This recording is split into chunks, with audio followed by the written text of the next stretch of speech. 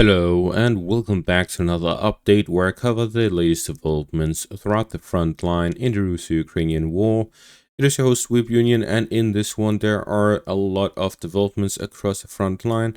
The Russians managed to advance within the Sumy region as well as the eastern parts near the Serbets river line. The Russians made several advances in the Kupiansk and Pokrovsk directions with a single Ukrainian counterattack in that direction. The Russians advanced continuously in the southwestern outskirts of the Donetsk region, as well as in the western parts of Zaporizhia along the Kupiansk dacha areas along the Dnieper river line. The Russians have made numerous advances across the eastern section of the front line within the Donetsk region, focused around Pokrovsk and Kupiansk, and on the northern flank of Pokrovsk, where the Russians continue their offensive operations towards the Propylia on the rear of Pokrovsk, cutting off the main supply lines of the Ukrainians from the northern flank. While these frontline developments are taking place, a political crisis is taking place within Ukraine. As the Kiev Independent writes on its front page, Zelensky dismantles Ukraine's anti-corruption infrastructure, brings law enforcement agencies under his thumb, or this opinion piece by the editorial group of Kiev Independent. Zelensky just betrayed Ukraine's democracy and everyone fighting for it. With additional updates, Zelensky signs law destroying independence of Ukraine's key anti-corruption bodies. This led to several protests from the major cities of Ukraine, such as Kiev, Lviv, as well as Dnipro. What actually happened is that a law was passed through the Ukrainian parliament. This law would put two independent anti-corruption agencies under law enforcement agencies. This means that they would turn from independent to under the control of the government. The government controlling anti-corruption agencies that are supposed to be investigating the government and political allies of the government is naturally corrupt in and of itself. It is to prevent the prosecution of Zelensky's inner circle. No one doubts that. That is why there's so much political disaster taking place for Ukraine right now, with protests, the largest protest since the war has begun against the Zelensky government. The EU has made some statements where it wasn't really that harsh, so they may just overlook something as big as this, despite the fact that the help for Ukraine is semi-dependent on Ukraine's anti-corruption work. But at the same time, they've also said that they will not be joining the EU without all of this anti-corruption stuff. So the consequences may simply be that no EU for Ukraine. At the same time, Trump has also said that he doubts that all of the money that was sent to Ukraine was actually spent on weapons and defense. He's basically suggesting that Ukraine is corrupt, and that is why he doesn't want to give weapons to them. This is as a reaction to this. Therefore, Zelensky is just dragging the Ukrainian reputation through the mud. Anyone arguing that Ukraine has become less corrupt is now being slapped in the face for supporting Ukraine.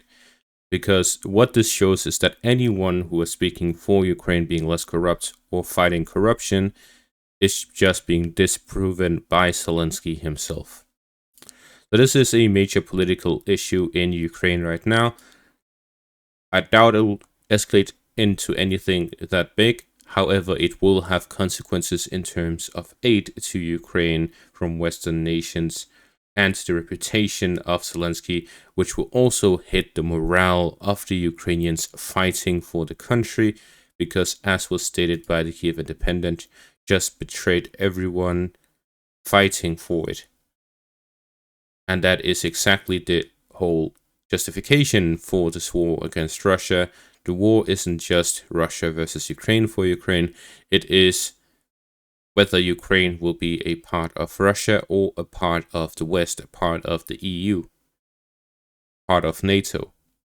They cannot become any of that with this corruption, so they're essentially fighting for nothing.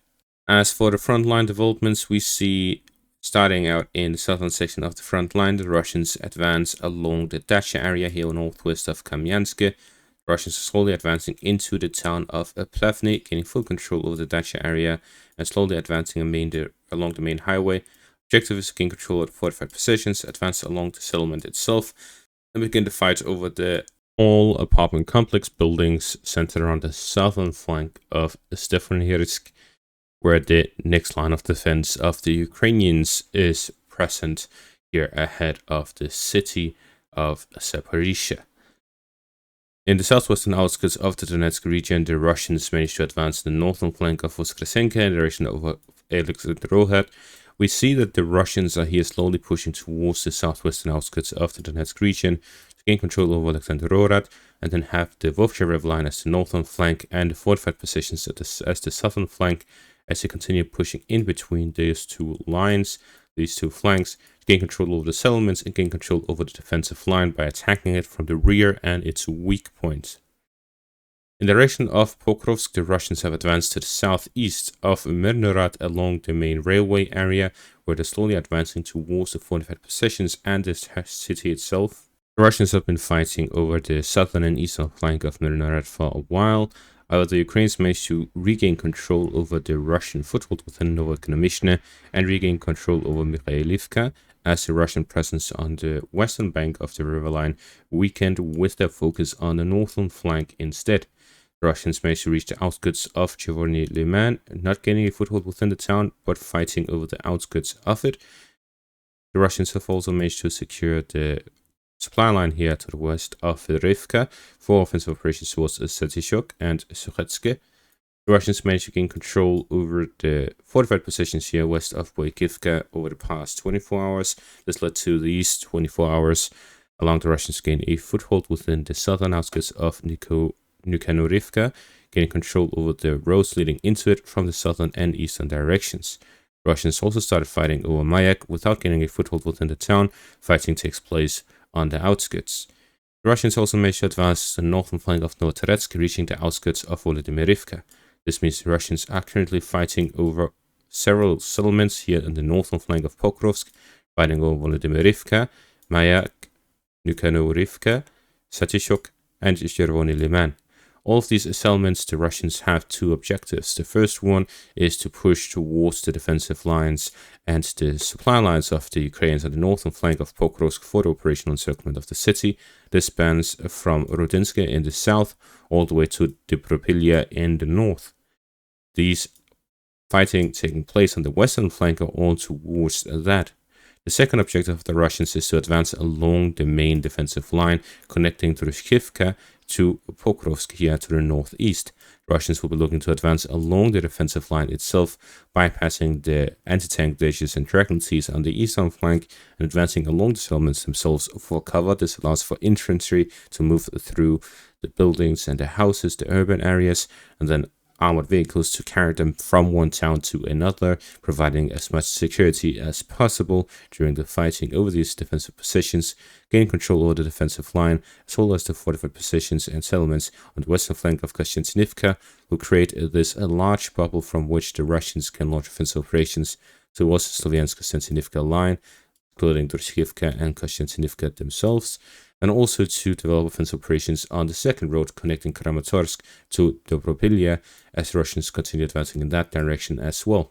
Speaking of Kostiantynivka, the Russians managed to advance in the direction of Rusin Yar, getting control over the eastern flank and the road connecting from Yablonivka towards Rusin Yar, as fighting continues over the fortified positions on the northern flank of the town.